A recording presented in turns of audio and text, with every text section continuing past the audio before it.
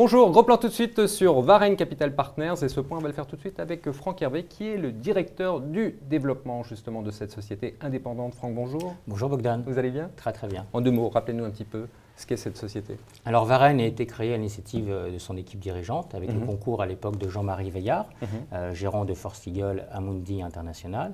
Nous sommes aujourd'hui une équipe de 12 personnes avec une gamme de 5 fonds et un développement fort ces dernières années. Parlez-nous un petit peu de votre gamme. Alors aujourd'hui, nous avons une gamme de 5 fonds. Alors nos fonds historiques que sont Varenne Valeur, Varenne Sélection et The Value Active Fund, plus notre gamme globale aujourd'hui avec 2 fonds, Varenne Global et Varenne Global Sélection. Et qu'est-ce qui aujourd'hui singularise ou vous différencie en matière de gestion par rapport à ce qui se fait sur le marché? Alors déjà, on est totalement intégré de la génération d'idées jusqu'à l'exécution. C'est-à-dire on génère nous-mêmes nos propres investissements en passant en aucun cas par les brokers, c'est interdit chez nous. D'accord. On les analyse, on les traite nous-mêmes pour avoir de l'information de première main.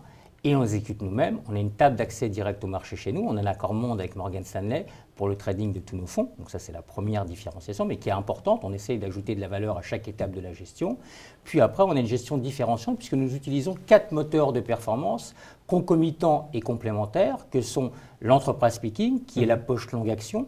Donc cette stratégie-là est le socle du portefeuille. Alors, selon les fonds, si c'est des fonds UCITS 4 coordonnés, nous avons 20 à 25 valeurs, cette stratégie-là. Si c'est un fonds, je dirais, FIA, un fonds pour professionnels, nous avons 10 à 15 valeurs. Ils sont plus concentrés sur la poche longue action. D'accord. Après, nous utilisons 3 autres moteurs de performance.